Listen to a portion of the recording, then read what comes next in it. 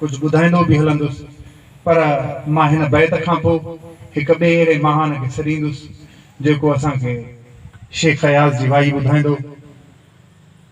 ले जिंदगी का खुम्स अली के गुलाम से, मां भाउ जी यादि में मौसम नकीअ जो बैत थो पढ़ां। ले जिंदगी का खुम्स अली के गुलाम से, ए मौत आ जरूर मगर एहतराम से। आशिक हूँ गर जरा भी अजियत हुई मुझे, शिकवा करूंगा तेरा मैं अपने इमाम से। हकीकत ये आहे त हे अली जो गुलाम हुयो ऐं मौला जो मुहिब हुयो, जंहिंजी जुदाई थी आहे। ये सब ॻाल्हियूं अवां सॼणनि सां वारे वारे सां थींदियूं। मां अर्ज़ कयां इनायत हुसैन प्यार खे त हू अचे ऐं असांखे शेख अयाज़ जी वाई पेश करे। इनायत हुसैन प्यार।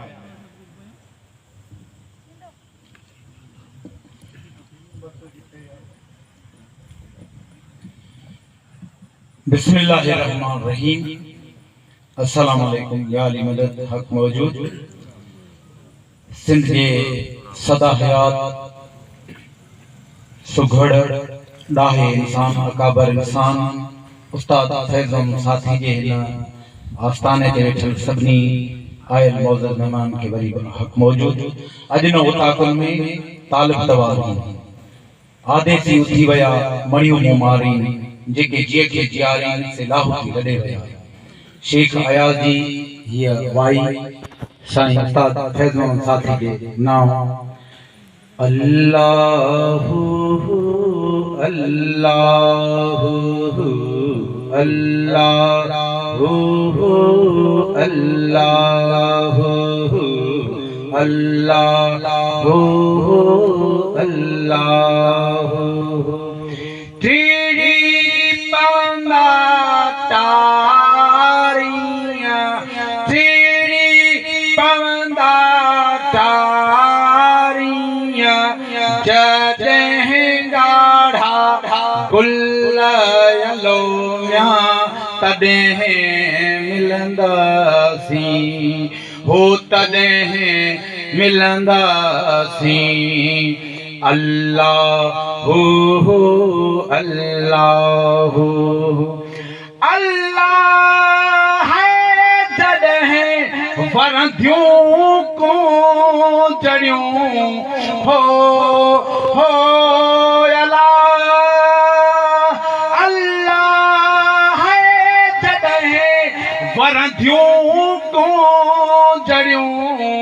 हर हर सारे हर हर सारे भुल अलोमिया तॾहिं मिलंदासीं, हो तॾहिं मिलंदासीं। अल्लाहु अल्लाहु अल्लाहु अल्लाहु अल्लाह है गल गोढ़ा ट्रिमंदा हो अल्लाह है जॾहिं गल गोढ़ा ट्रिमंदा, जॾहिं मोतिन तुल्लोमिया तॾहिं मिलंदासीं, हो तॾहिं मिलंदासीं। हो तन तस्बी मन मणियो दिल दमूरो जन, तंदू तैं तलब जूं वहदत सुर वजन। वहदहू ला शरीक लहू इहो राग रगुल ओ सुताई सोहन आहे निंड इबादत जन जी। अल्लाहु अल्लाहु अल्लाह है बिछोड़े जादी हड़ा हो अल्लाह है बिछोड़े जादी हड़ा। भोराई जी भुल हलो म्या तॾहिं मिलंदासीं हो तॾहिं मिलंदासीं हो तॾहिं मिलंदासीं।